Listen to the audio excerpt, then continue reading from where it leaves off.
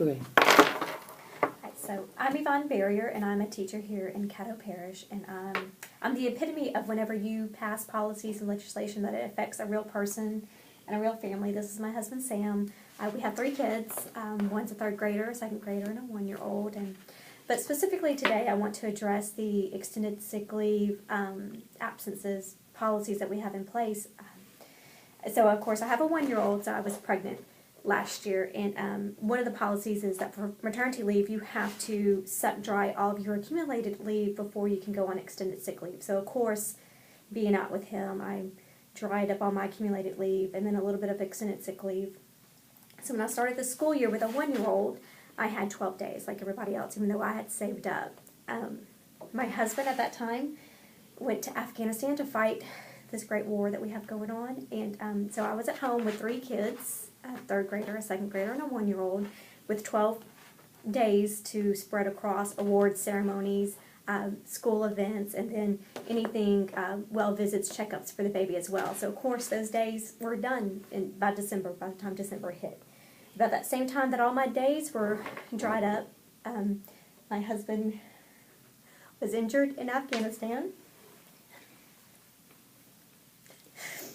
So I received the phone call that he was injured and that they were going to pull him out of theater and send him stateside for surgery. And it just so happened that that was right around Christmas break, so I could leave and make it to San Diego. That's where they were putting him in town for his surgery, and that's what my family did. We packed up and we said, okay, we have 2 weeks. We can go be there for the day of the surgery and for the recovery. And we were, and I think that meant a lot to him to have us there for his recuperation, for his recovery, just to see us there. Otherwise, he would have been alone in a hospital room because he's taken away from all of his friends in his unit, so he needed his family. When the doctor made the next appointment for his follow-up, they gave him a month of rest, and he can't come home during that. He's got to stay at a Navy facility and receive his Navy medical treatment.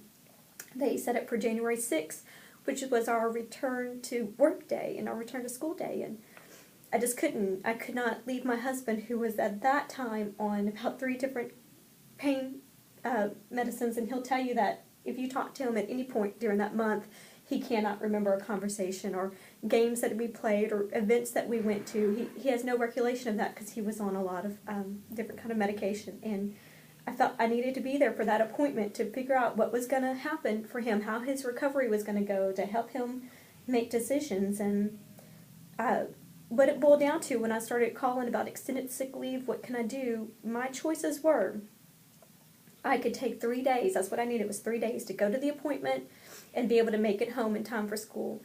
I could take 3 days without pay, which is $250, times 3, at a time where my family's suffering great expense to be in San Diego, California, to take care of him. Or I had to take a minimum of 10 days off to even apply for my extended sick leave.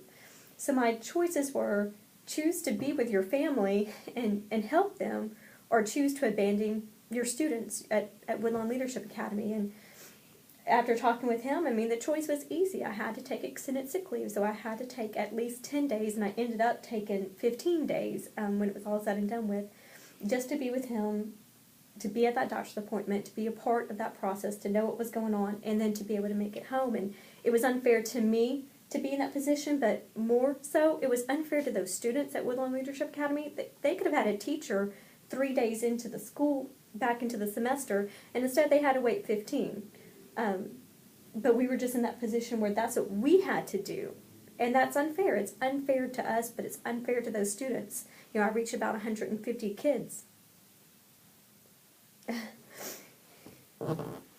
him to reconsider the policy. That's okay.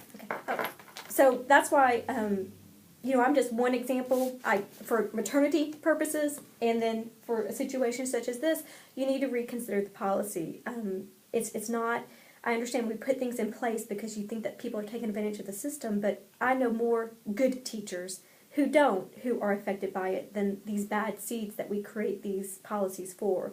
And because of this, good teachers, good families, we suffer, students suffer, because you're always putting us in a spot where we had to choose between health, family, or students. And it should never be that choice. It should always be, she needs 3 days. She can have those 3 days and be back and impact her classroom.